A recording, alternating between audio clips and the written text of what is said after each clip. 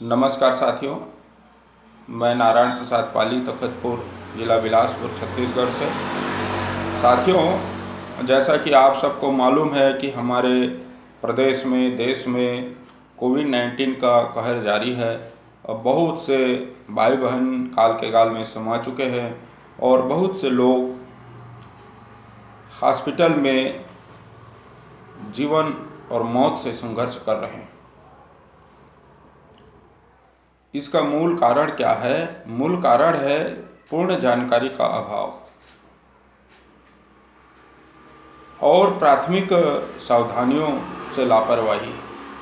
तो हम आज अपने परंपरागत उपचार जो है, ऋषियों द्वारा बताया हुआ जो ज्ञान है, जो हमारे बड़े बुजुर्गों ने अपने स्वानुभूत प्रयोग किया। स्वानुभूत किसको कहते हैं? जो हम स्वयं अपने दैनिक दिनचर्या में प्रयोग करते हैं और उसका लाभ हमको, हमारे परिवार को मिलता है, उसको हम स्वानुभूत प्रयोग कहते हैं। तो इन विचारों पर, इन कार्यों पर आज चिंतन मनन करेंगे और इसका लाभ हमको मिल रहा है, आपको भी मिले, ऐसा हम भगवान से प्रार्थना करते हैं। महाकाल से, माँ जगदम्बा आदि शक्ति भगवती महामाया से। तो साथियों, सबसे पहले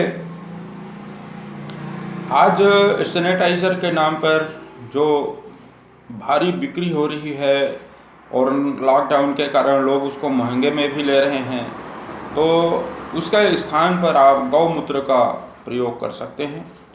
गौमूत्र जो है आप इकट्ठा कर लें और उसे 100 ml लगभग 1 बाल्टी पानी में आप उसको मिला लें और उसका छिड़काव आसपास में करें। गौमूत्र मिलाकर आप स्नान भी कर सकते हैं। गौमूत्र से आप अपने हाथ पैर को सैनिटाइज भी कर सकते हैं। अपने घर के बाहर गौमूत्र का छिड़काव कर सकते हैं। गौमूत्र मान लीजिए आपको नहीं मिलता है तो आप गोबर है, गोबर इकट्ठा कर लीजिए और गोबर पानी का घर के सामने में छिड़काव कर दीजिए। पेड़ पौधों में छिड़काव कर सकते हैं। गोबर को घोल लीजिए।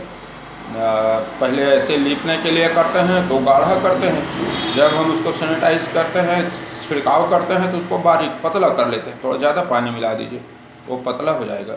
आप देखेंगे कि उस क्षेत्र के सारे रोगाणु, विषाणु, चाहे वो कितना भी सूक्ष्म से सूक्ष्मतम भी होगा, तो वह भी समाप्त हो जाएगा। क्योंकि इसीलिए हमारे पूर्वजों ने आज भी गाँव में अपने घर के बाहर में गोबर पानी को छिड़काव करते हैं, अर्थात तो वो गोबर पानी से सैनिटाइज करते हैं। सब प्रकार के रोग के कीटाणुओं का शमन होता है। गोबर से घरों की लिपाई करने का प्रावधान है, तो उससे लिपाई करते हैं। आपका घर फर्श का है, फ्लोर में रहते हैं, आप ऊपर में रहते हैं, तो आप गौमूत्र का उपयोग कर सकते हैं। गौमूत्र से आप पोछा लगा सकते हैं। सैनिटाइज़र करने की आपको आवश्यकता नहीं है। आप 1 बाल्टी पानी में 2 ढक्कन गौमूत्र मिला दीजिए और फिर आप पोछा लगा दीजिए। सभी प्रकार के रोग के कीटाणु जो है समाप्त हो जाएंगे।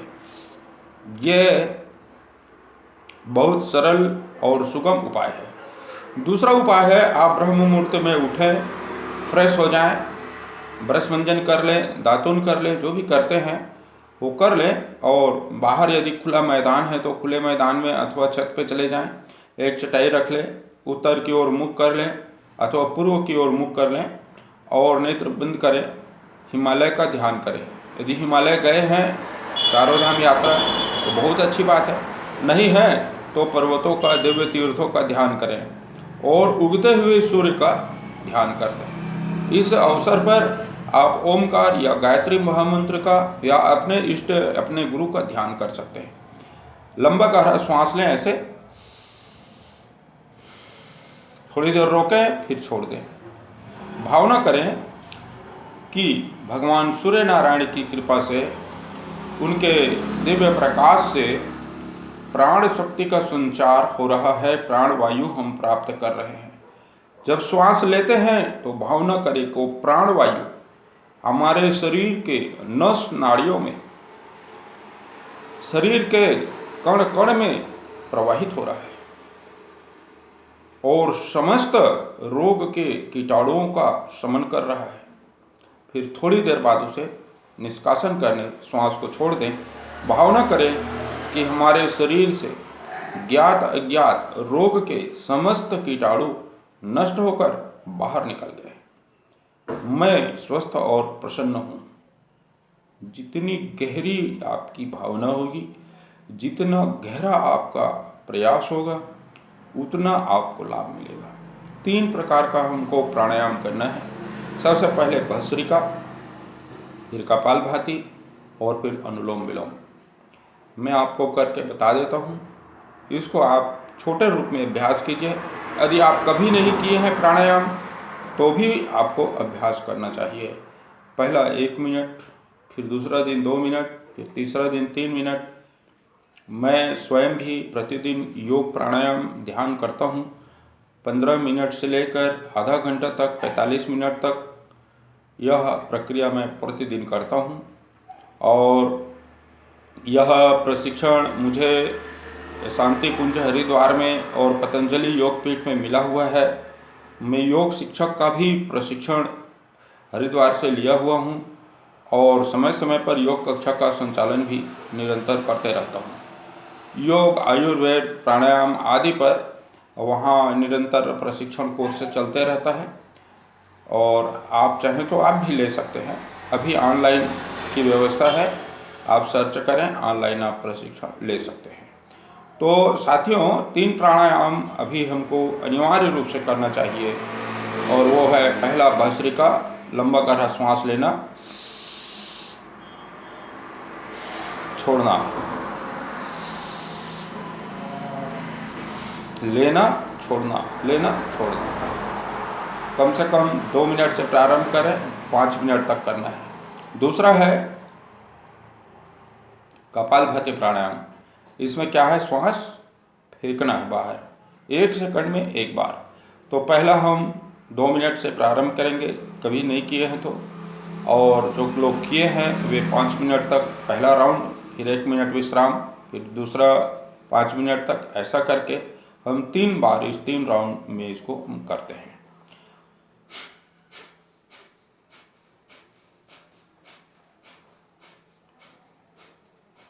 श्वास बाहर फेंकना है, लेने का काम ऑटोमेटिकली होता जाएगा।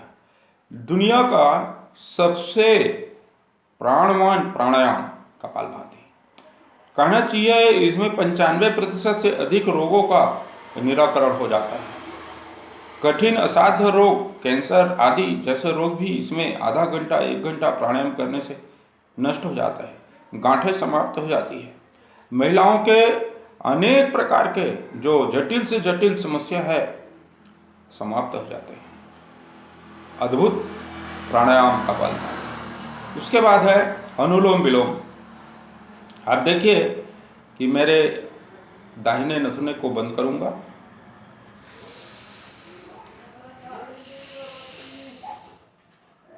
दाहिने नथुने को बंद करके बाएं नथुने से लंबा गहरा श्वास लेना, फिर रोकना और धीरे से पूरा छोड़ देना। फिर इधर से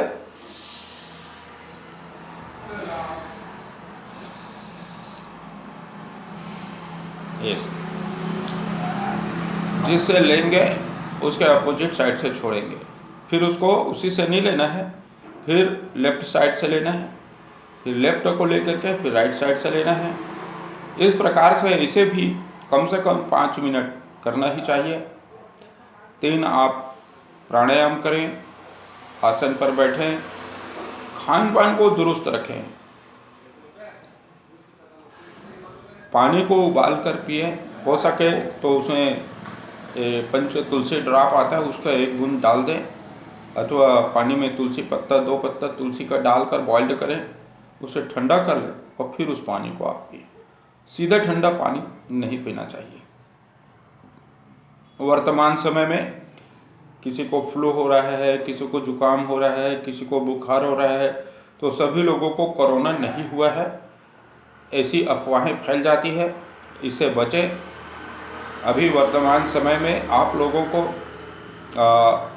जो सब्जियां खाते हैं उसमें मुनगा खा सकते हैं, बड़ी खा सकते हैं, दाल ले सकते हैं, फूटा हुआ भुना हुआ चना पुराने गुड़ के साथ आप खा सकते हैं।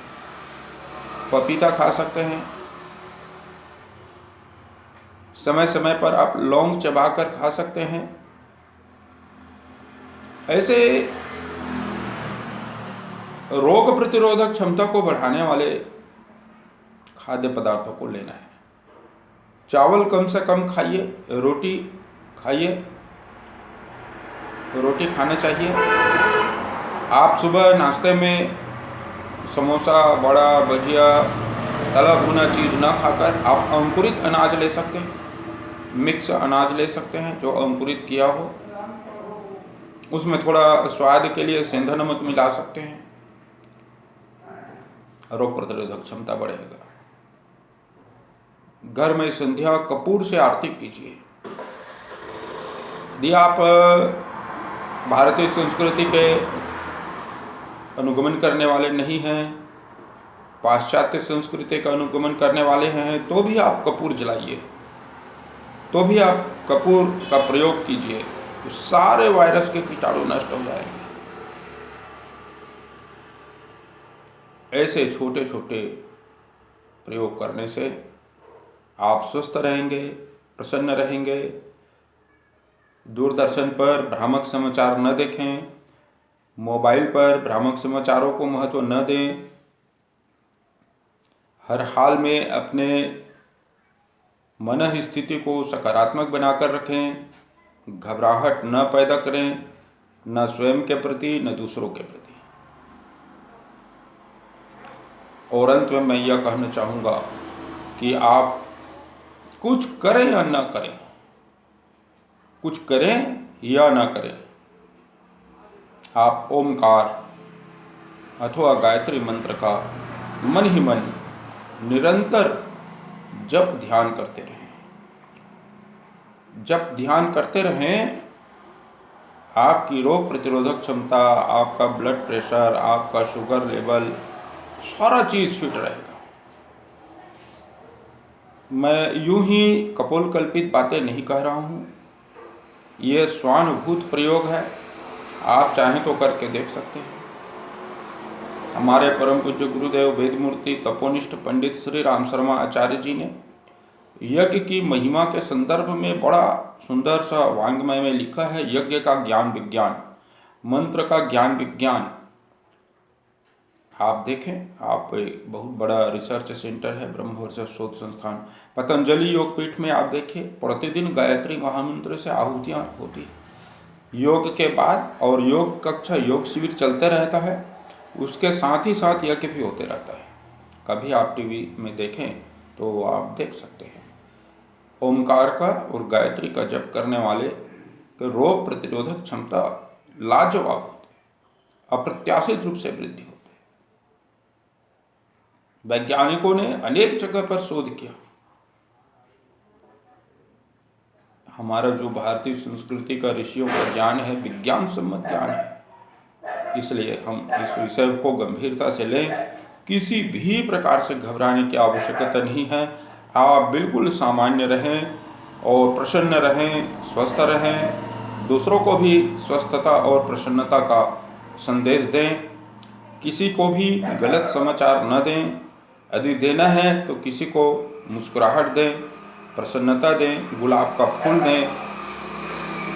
किसी को गुलाब का फूल देंगे तो क्या होगा कि उसकी प्रसन्नता लौट आती है। गुलाब का फूल प्रसन्नता का, सहजता का, प्यार का, स्नेह का प्रतीक है। बीमार व्यक्ति के पास फूलों का गुलदस्ता लेकर जाते हैं, फल आदि लेकर जाते हैं, ताकि उसकी प्रसन्नता लौट आए, रोग प्रतिरोधक क्षमता में बढ़ोतरी हो। इसलिए ये सब सारे प्रयोग हमारे भारतीय संस्कृति में निहित हैं और इन प्रयोगों को करते रहें, प्रसन्न रहें, स्वस्थ रहें। गोबर पानी का छिड़काव करें, गौमूत्र से सैनिटाइजर करें, गौमूत्र का प्रयोग करें, तुलसी जल लें। बहुत बहुत धन्यवाद। इस प्रकार से आप अपने आप को बचा सकते हैं, अपने आप को स्वस्थ और प्रसन्न रख सकते हैं, अपने परिवार को भी आगे बढ़ा सकते हैं। आप सबके प्रति बहुत बहुत मंगल कामनाएं। जय महाकाल, जय माँ भगवती। ओम शांति शांति शांति।